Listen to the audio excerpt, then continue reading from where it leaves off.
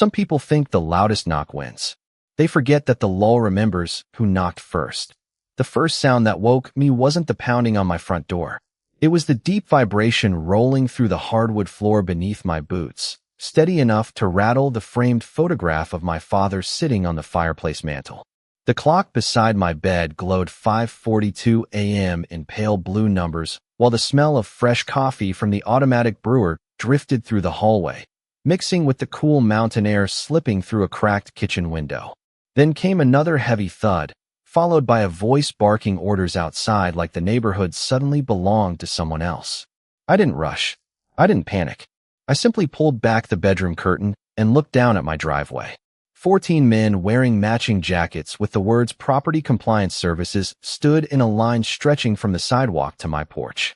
2 pickup trucks idled near the curb, their headlights cutting through the morning fog while amber hazard lights flashed against the wet pavement. A white luxury SUV sat behind them, perfectly polished even before sunrise. Patricia Holloway leaned against its front fender holding a clipboard with the kind of smile that only appears when someone believes they've already won. She pointed toward my front door without ever looking up at my windows.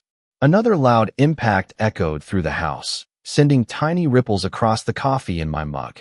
Whoever hired those men wanted the neighbors awake. Curtains shifted all across the street. Porch lights blinked on one by one.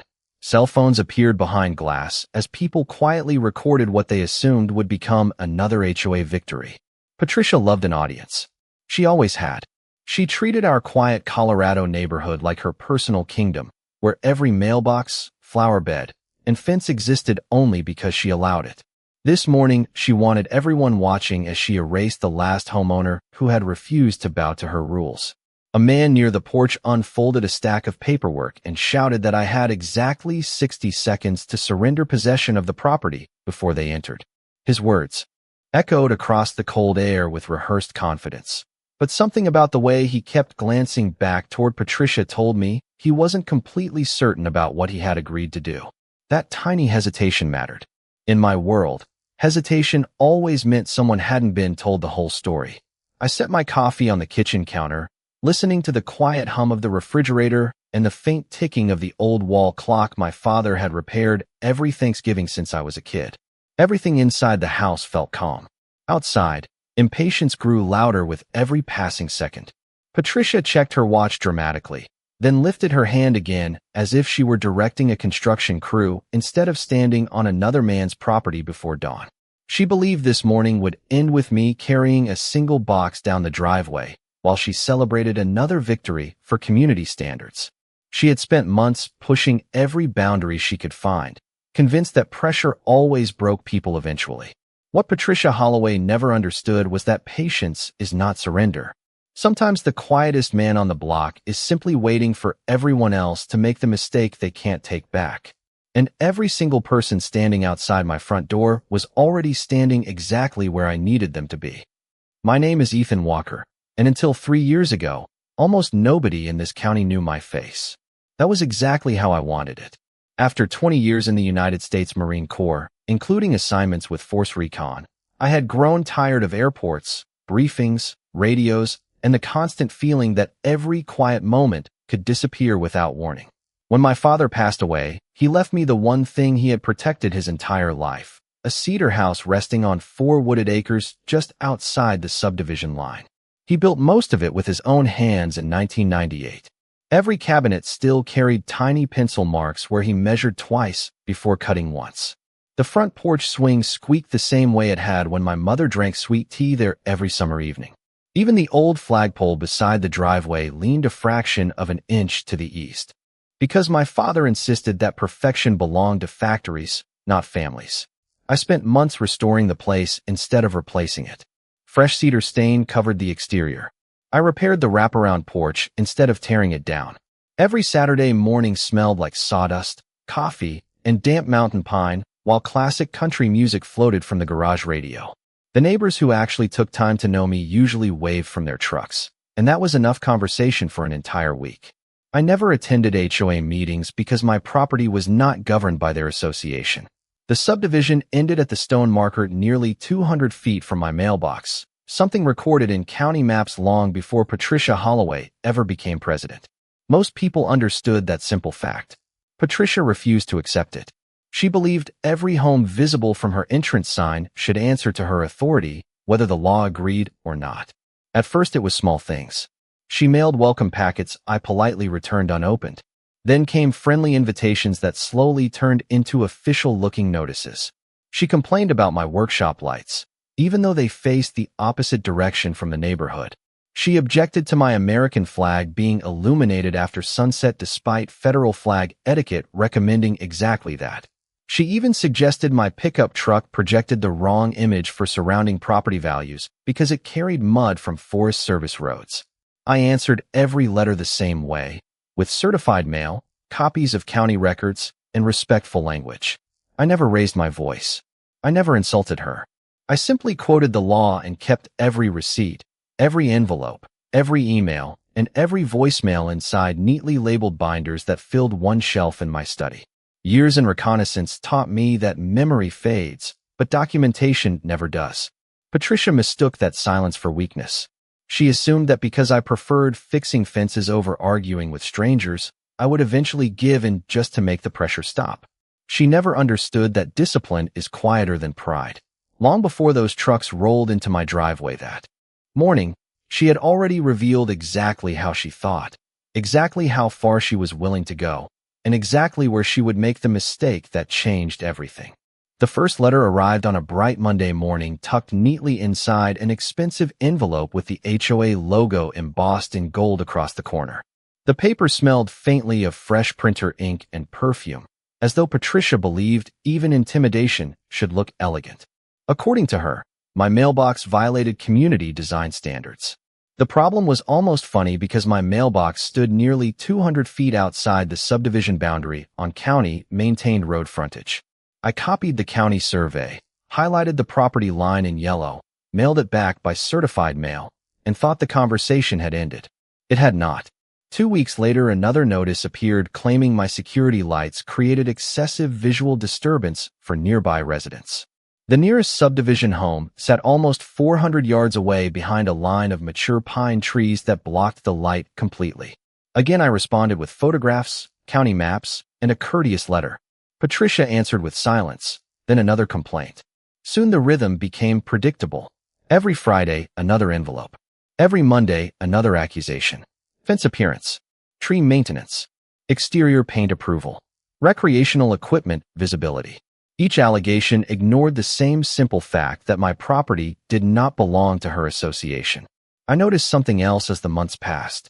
Every letter became more aggressive than the last. The polite language disappeared, replaced by deadlines, warnings, and references to penalties that carried no legal authority over my land. My neighbors started mentioning strange conversations during evening walks.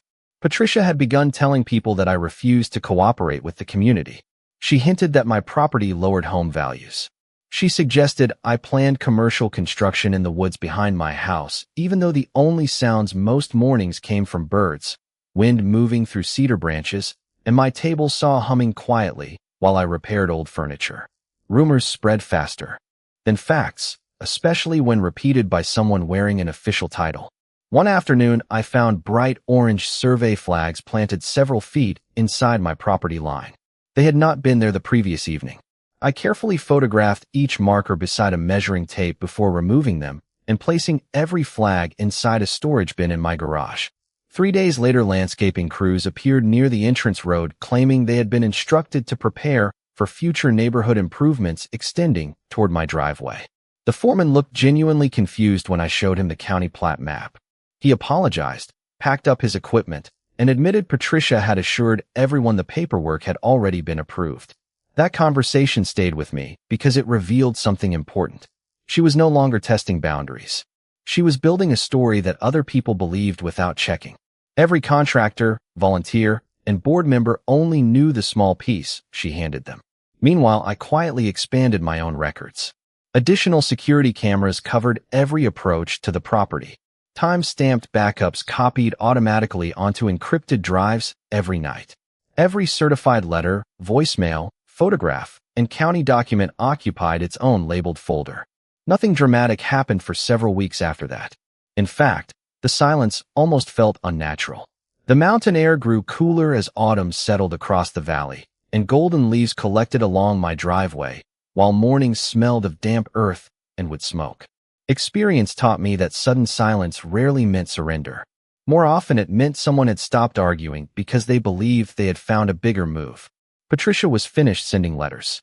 Whatever came next, she intended the entire neighborhood to watch it happen. The move came on a Thursday afternoon, quiet enough that most people would have missed it. I had just finished stacking split firewood beside the garage when a dark blue sedan rolled slowly past my mailbox for the third time in less than an hour. The driver never looked directly at me, but the passenger held a tablet against the window, occasionally, pointing toward the house, the driveway, and the detached workshop. They continued toward the subdivision entrance without stopping. The smell of fresh-cut cedar still lingered in the cool air while the last of the afternoon sunlight filtered through the pine trees, painting long shadows across the gravel. Something about that slow drive felt less like curiosity and more like reconnaissance. The next morning, I discovered why. A certified envelope waited inside my mailbox marked final property compliance action.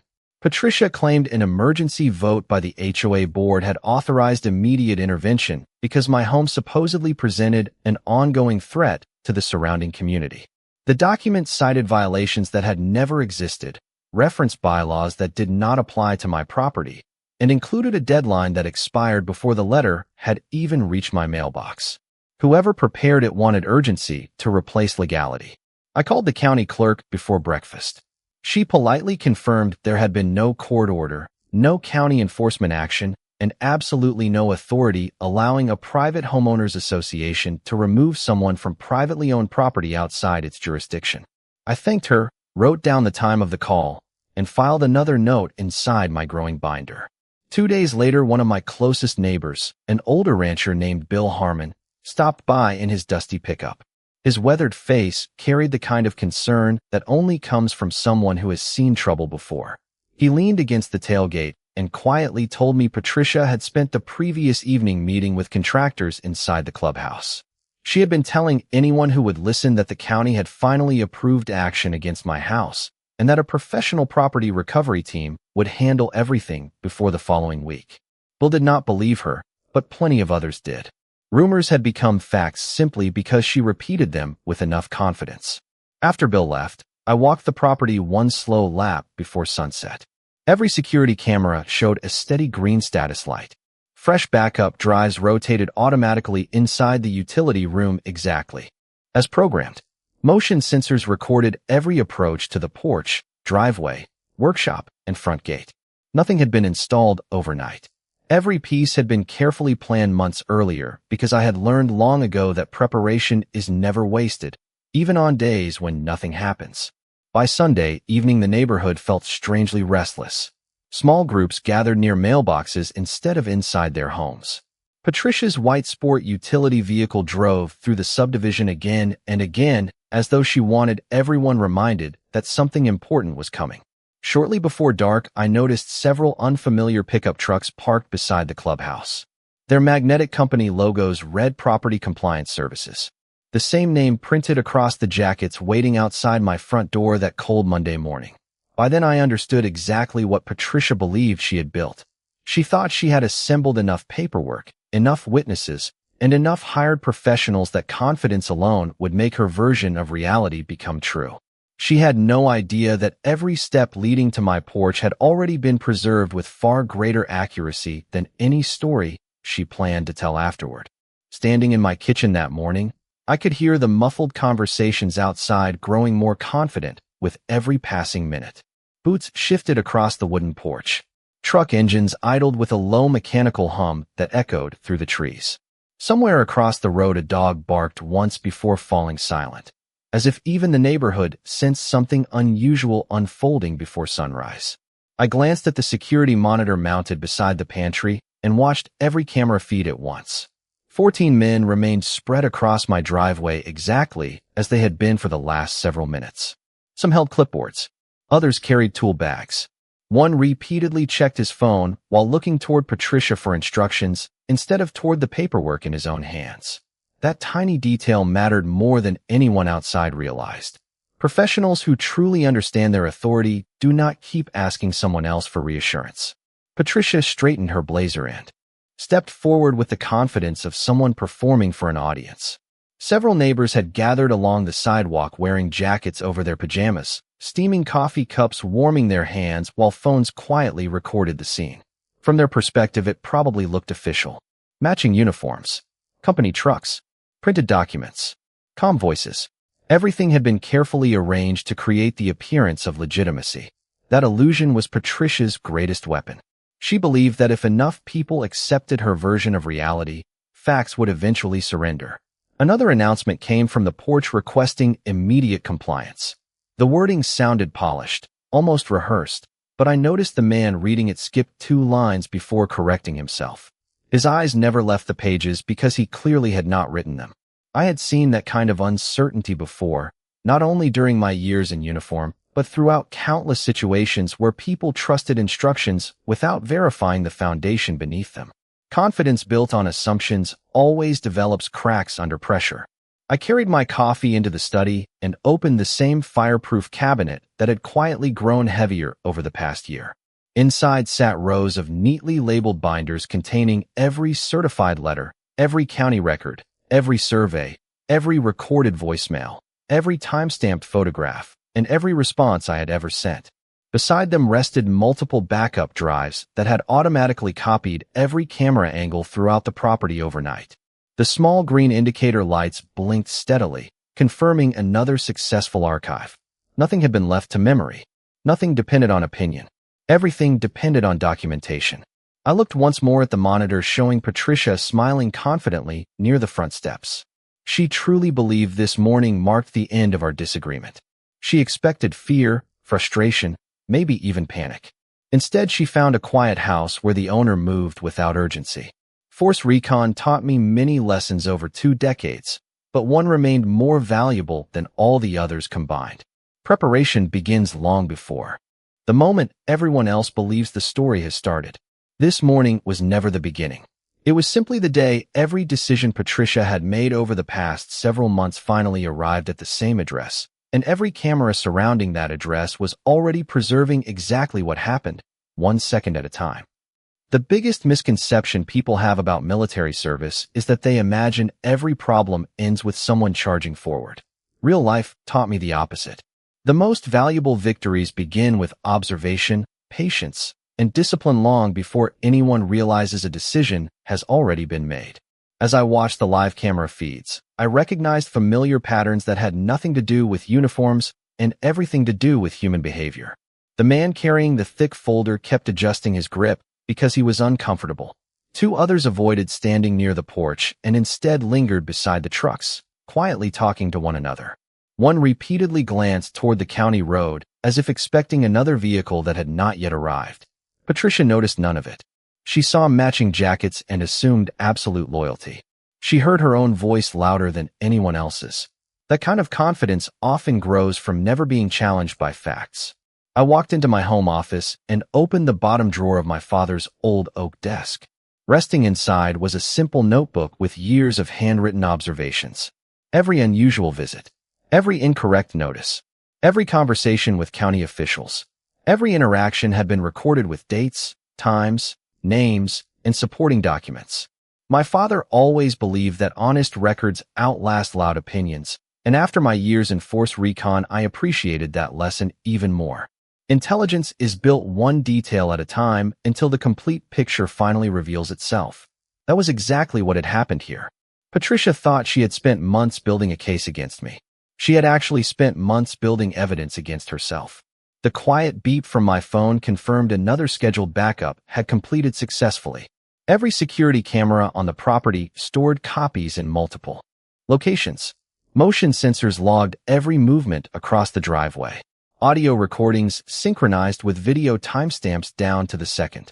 Even the weather station mounted beside the workshop documented temperature, wind speed, and precise time because every digital system shared the same clock. Nothing depended on memory. Nothing relied on emotion. Everything relied on verifiable facts. Outside, Another announcement echoed across the porch requesting that I cooperate immediately. The wording sounded firmer now, but underneath it, I heard uncertainty growing. Several of the contractors had begun reading through their paperwork again, instead of simply waiting for instructions. One of them pointed toward the county survey marker near the entrance to my property. Another slowly shook his head before Patricia quickly stepped between them and resumed speaking. She wanted momentum because momentum discourages questions. Unfortunately for her, questions had already begun. I poured the last of my coffee into a travel mug and placed it beside the front hallway table. Then I straightened the framed photograph of my parents that hung beside the entrance. Their calm smiles reminded me why I had chosen patience every single time Patricia tried provoking a reaction. This house represented family, hard work, and integrity. It deserved to be defended the same way it had been built, carefully, lawfully, and without losing sight of who I was. By the time I reached for the front door handle, I was not walking into a confrontation. I was walking into a conversation where every word, every movement, and every decision had already been preserved long before anyone realized the truth was about to become impossible to ignore. The brass handle felt cool against my hand as I unlocked the front door and pulled it open just wide enough to step onto the porch. A blanket of crisp mountain air rushed inside, carrying the scent of damp pine needles, fresh grass, and truck exhaust that had settled over the driveway. 14 faces turned toward me at once. Patricia lifted her chin with a smile that looked rehearsed, the kind of expression someone practices in a mirror before delivering what they believe will become a memorable victory. The man holding the paperwork immediately stepped forward and cleared his throat. He introduced himself as the supervisor from Property Compliance Services and informed me they had been retained to execute an emergency property recovery authorized by the Homeowners Association. I listened without interrupting. Years ago, I learned that people reveal far more when they are allowed to finish speaking. When he reached the end of his prepared statement, I simply asked one question. Can you show me the court order signed by a judge? The driveway became noticeably quieter. The supervisor blinked once, lowered his eyes to the folder, and slowly turned several pages. Patricia answered before he could. She insisted that the association possessed all necessary authority and that county approval had already been secured. I nodded politely and asked a second question. Then which county office issued the authorization? This time nobody answered immediately. One contractor looked toward another as if expecting someone else to know. A third quietly adjusted the strap on his tool bag and took half a step backward. Patricia's confident smile tightened for the first time that morning. She reached for the folder, flipped through the papers herself, and pointed at a document covered with official-looking language and multiple signatures. I recognized it instantly because I had already received a copy in the mail. It was not a court order. It was an internal association resolution carrying no legal authority beyond subdivision property that I did not belong to. I calmly explained the difference without raising my voice.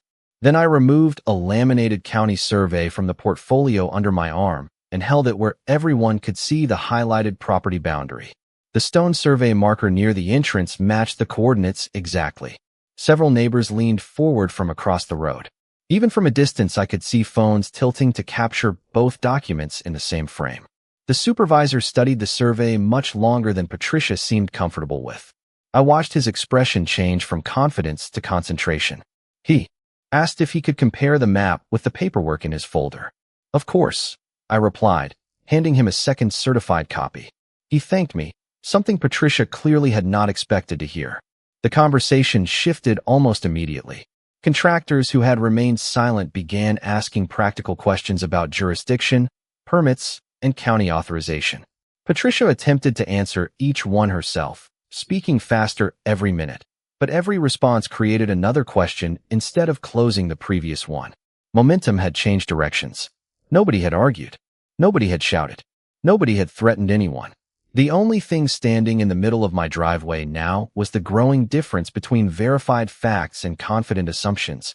And with every passing second, that difference became impossible for everyone watching to ignore. The supervisor took another long look at the county survey before closing his folder with noticeably less confidence than when he had arrived. He asked Patricia one simple question that carried far more weight than any speech she had delivered that morning. Did the county actually approve this action? She answered immediately, but not directly. She spoke about protecting property values, preserving neighborhood standards, and defending the community from irresponsible homeowners. The supervisor listened without interrupting, then quietly repeated the same question. This time she hesitated. That pause lasted only a couple of seconds, yet it changed the atmosphere across the entire driveway. The contractors who had been standing shoulder to shoulder gradually spread apart, no longer presenting a united front, but becoming individuals making their own decisions. One reached for his phone. Another stepped toward the county survey marker and compared its identification number with the map in his hands. The quiet clicking of phone cameras from across the street became more frequent as neighbors realized they were witnessing something very different from the story they had expected. I remained exactly where I was on the porch, holding my portfolio under one arm, while the cool morning breeze carried the smell of pine and freshly brewed coffee from inside the house. Then another vehicle rolled slowly onto the county road and stopped near my mailbox. A marked county sheriff vehicle. The deputy climbed out calmly, adjusted his campaign hat, and greeted everyone with the relaxed professionalism of someone responding to verify information rather than settle an argument. He recognized me with a brief nod before asking who had requested enforcement authority. Patricia immediately stepped forward, speaking quickly and confidently, insisting that the homeowners association possessed all necessary approval. The deputy listened without expression, accepted copies of the documents from both sides, and spent several quiet minutes reading every page. Nobody interrupted him. Even Patricia finally stopped talking. The only sounds came from idling truck engines and the wind moving through the tall cedar trees surrounding the property. At last, the deputy closed the folder and looked directly at the supervisor from Property Compliance Services. He explained, in an even and unmistakably clear tone, that no county order existed authorizing removal of the homeowner, that the property shown on the official survey lay outside the association's jurisdiction, and that any further action should immediately stop until the matter could be reviewed through the proper legal process. Relief washed across several faces at once. The supervisor thanked the deputy, apologized to me for the misunderstanding, and instructed his crew to begin packing their equipment. One by one, ladders were secured, tool bags returned to trucks, and clipboards disappeared into storage compartments. Patricia protested, insisting everyone was making a terrible mistake, but each sentence seemed weaker than the last because no document supported it anymore. The illusion she had carefully built over months dissolved in full view of the neighbors she had hoped would witness her victory. Before leaving, the supervisor handed me his business card and quietly admitted that his company had accepted the assignment, believing all legal requirements had already been satisfied. I thanked him for taking the time to verify the facts instead of simply trusting appearances. As the trucks slowly pulled away from my driveway, the neighborhood grew quiet again, but this silence felt completely different. It was the sound that follows when assumptions finally collide with evidence, and evidence refuses to move. By the following weekend, the driveway looked exactly the way my father would have wanted it to look: quiet, clean, and surrounded by nothing louder than the breeze moving through the cedar trees. The tire marks from the trucks had already faded beneath a light rain, and the only sound greeting the morning was the familiar creak of the porch swing and the distant call of songbirds drifting across the valley. I carried a fresh mug of coffee onto the porch just after sunrise and paused beside the flagpole. The American flag lifted gently against a pale blue sky, catching the first rays of sunlight exactly as it had every morning since my father installed that pole with his own hands. Some victories announced themselves with applause. Others arrived so quietly that only the people who fought for them truly recognized the moment. Over the next several days, the truth spread through the neighborhood much faster than the rumors ever had. Neighbors who had watched everything unfold from their sidewalks began stopping by, not to gossip, but to apologize for believing stories they had never verified. Bill Harmon laughed as he handed me a box of homemade cookies from his wife and admitted he had never seen so many people change their opinions after reading actual county records. Even the supervisor from Property Compliance Services called me personally to thank me for remaining respectful throughout the entire situation. He explained that his company had updated its internal review process so future assignments involving property disputes would require independent verification before crews were ever dispatched. Hearing that mattered more to me than any dramatic apology could have. It meant someone had learned something valuable. As for Patricia Holloway, the confidence that had carried her through months of letters and accusations disappeared once official records became impossible to ignore. The Homeowners Association Board scheduled a special meeting, and several residents demanded an independent review of recent decisions, expenditures, and enforcement practices. Those discussions belonged to the community, not to me. I had never wanted control over their association. I only wanted the boundary between their authority and my property to be respected. That simple line, marked by a weathered county survey stone most people had ignored for years, became the most important object in the entire neighborhood. Funny how a piece of granite buried in the ground could end months of arguments once everyone finally chose to look at it. Before lunch, I walked down the gravel driveway and stopped beside that same survey marker. I brushed away a few fallen pine needles and smiled to myself. Patricia had spent months trying to move an invisible line that had never actually moved at all. The law had been standing in exactly the same place the entire time. She simply refused to see it. I turned back toward the house, listening to gravel crunch beneath my boots, breathing in the crisp mountain air, and appreciating the quiet that had returned at last. People sometimes ask whether my years in Force Recon gave me an advantage that morning. The answer surprises them every time. My military service did not win that day. Patience did. Preparation did. Respect for the law did. The cameras recorded the facts. The documents preserved the truth. The county survey never changed. Justice did not arrive because someone shouted louder than everyone else. It arrived because facts are patient. Integrity leaves a trail, and the strongest person in the room is usually the one who never has to raise his voice to prove where he belongs. Thank you for watching this story. If Ethan Walker's patience, discipline, and unwavering trust in the law inspired you, please take a moment to like this video, share it with friends who enjoy compelling legal dramas and true stories where facts overcome intimidation, and do not forget to subscribe to the channel for more unforgettable HOA conflicts, property rights battles, and real-life justice stories. Turn on the notification bell so you never miss our next story. About hidden records, quiet courage, and ordinary people who stand their ground when everyone else believes they should give up. Your support allows us to continue sharing these remarkable stories, and we look forward to bringing you many more in the future. If you were in Ethan Walker's position, would you have opened the door the moment the HOA arrived? Or would you have stayed calm, trusted your preparation, and let the law handle the situation? Tell us your choice in the comments and explain why.